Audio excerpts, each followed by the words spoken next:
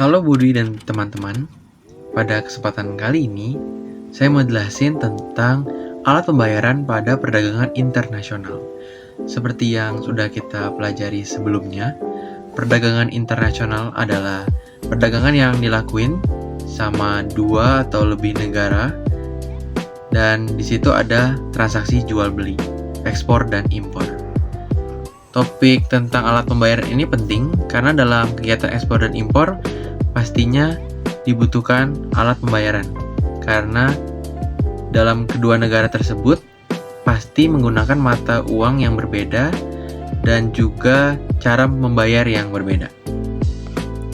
Jadi cara pembayarannya juga nggak bisa sembarangan dan harus disepakati supaya aman oleh kedua pihak. Yang pertama itu adalah letter of credit atau LC.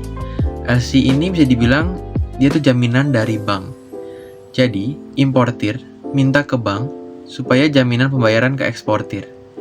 Kalau eksportir sudah kirim barang dan dokumen sesuai dengan perjanjian, bank akan bayar ke eksportir. Cara ini paling sering digunain dan 50% di dunia menggunakan cara ini.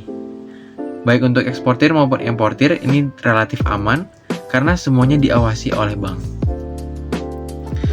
Lalu yang kedua itu pembayaran di muka atau advance payment. Pakai cara ini, importer itu bayar harga barang terlebih dahulu sebelum barang itu dikirim. Jadi pembayaran di muka. Setelah pembayaran diterima, eksportir baru kirim barangnya. Cara ini lebih nguntungin eksportir karena uang itu udah diterima duluan di awal. Tapi cukup beresiko bagi importir kalau ternyata eksportirnya tidak ngirim barang sesuai kesepakatan. Biasanya cara ini dipakai kalau kedua pihak itu sudah saling percaya. Lalu yang ketiga ada pembayaran kemudian atau open account. Ini kebalikan dari pembayaran di muka yang tadi. Pada pembayaran ini, barang itu dikirim dulu oleh eksportir. Lalu importir bayar setelah terima barangnya. Atau dalam jangka waktu yang tertentu yang udah ditentuin. Cara ini tuh lebih untungin si importir, tapi resikonya lebih besar di pihak eksportir. Sama seperti tadi, ini biasanya digunakan kalau dua-duanya udah saling percaya. Biasanya digunakan sama perusahaan yang udah lama bekerja sama dan saling percaya. Selanjutnya ada commercial bills of exchange. Ini adalah surat perintah pembayaran yang dibuat oleh si eksportir dan ditujukan ke si importir. Isinya perintah supaya si importer itu bayar sejumlah uang, ada tanggal yang udah disepakatin. Dan pembayaran itu dilakukan oleh importer langsung atau bisa lewat bank. Pokoknya sesuai dengan perjanjian yang dibuat. Berikutnya ada penagihan atau collection. Dalam sistem ini, eksportir itu minta bantuan bank untuk nagih pembayaran ke importir. Biasanya berdasarkan dokumen pengiriman barang. Dokumen tersebut itu baru diserahin ke importir kalau importirnya itu udah melakukan pembayaran dan udah menyetujui pembayarannya. Jadi di sini bank itu berperan sebagai perantara atau penengah, tapi dia nggak beri jaminan pembayaran. Dia cuma menyalurkan uang dari si eksportir ke importir dan sebaliknya.